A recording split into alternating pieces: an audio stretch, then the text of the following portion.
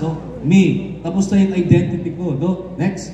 So, who are you? That is basically the question that you have to answer. Who am I?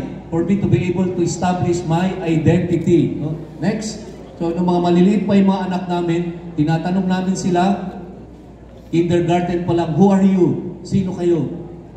Dahil we belong to Christian faith, ang sagot nila sa amin, yung apat, magsisimula sa unang-una, I'm a child of God through our Lord Jesus Christ. Next. Bakit kasi? Kailangan malaman nila kung sino sila kasi dito sa mundo, whether we like it or not, you know, society is shaping us who we are as a person. Whether you like it or not, ayaw natin ng salitang indoctrination. Today, social media is indoctrinating us. TikTok, IG, Facebook, etc. Sa ayaw at sa gusto nyo, ini-indoctrinatean kayo. You might as well choose the kind of information, the kind of teaching that you will receive. For us, no, maliliit pa lang sila, tinuruan na namin sila. You are a child of God. Kasi dito sa mundo, anong sabi ng mundo? Tayo daw galing sa hayop. Payag ba yun? Payag kayo nun? Hindi totoo yun. Sa Bible nakalagay, hindi ganun. Sabi ng mundo, produkto lang daw tayo ng tsamba. Tsumamba lang daw ang magulang natin, kaya tayo nabuo. Payag ba kayo nun? That's not true. No? Kaya nga, sagot ng mga anak namin, no? Who are you? Ang number one nilang sagot, I'm a child of God. Through Christ, our Lord Jesus Christ. Hindi lahat anak ng Diyos. Listen carefully. Nakalagay sa Bible, na tinawag ang ating Panginoong Jesucristo na, you, your children of your father, the devil.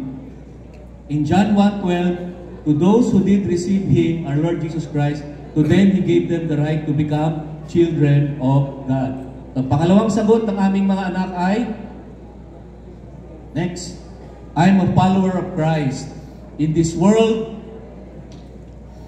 many will present themselves, present their ideas for you to follow them. Kaya nga tayo, ang dami nating pinapalo, tama? Ang dami kung sino-sino yung, di ba, follow me sa IG, follow me. Normal sa tao yan. Sinabi namin sa mga anak namin, maliliit pa lang kayo, you follow the person who died for you. You follow Him because He rose again. He paid for all your sins. He loves you. He promised He will never leave you nor forsake you. He is your light. He is your life.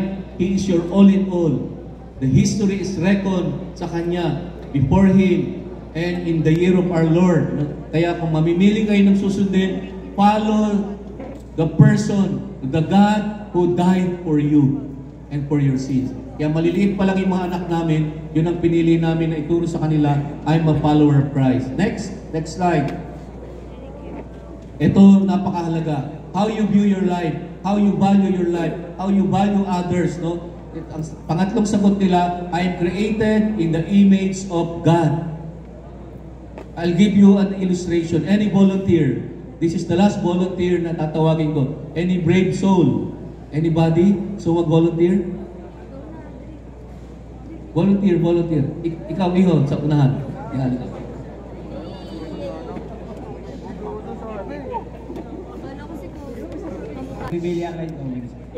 Yeah. Okay. So, ano to? Hawakan mo. Ano to? Ako sa kanya na yun. Pera sir, 500 sir. Sino nagsabing 500? Yung gobyerno po. Ang Republika ng Pilipinas po, Bangko Sentral. Bangko Sentral, tama, palakpakan, di ba? Oh. So, 500 yan, di ba? Ang gawin mo, lamutakin mo. Okay? Tapos, ibato mo. Pero wag mong apakan ha, kunwari apakapakan mo lang. Kasi bawal yan sa ano. Sige, apakapakan mo, parang yuraka mo. Kunin mo ulit. O, buksan mo. Ano siya? Pera pa rin sir. Bakit? Hindi po nawala yung value. Dahil sino nagsabi ng value niya? Ay yung Bangko Sentral. Bangko Sentral ng Pilipinas. Yung value nito, kahit nilukot-lukot, kahit inapak-apakan, hindi pa rin siya nagbago dahil meron isang otoridad na nagsabi na this is 500 pesos. In the same way, you are created, we are created in the image of God.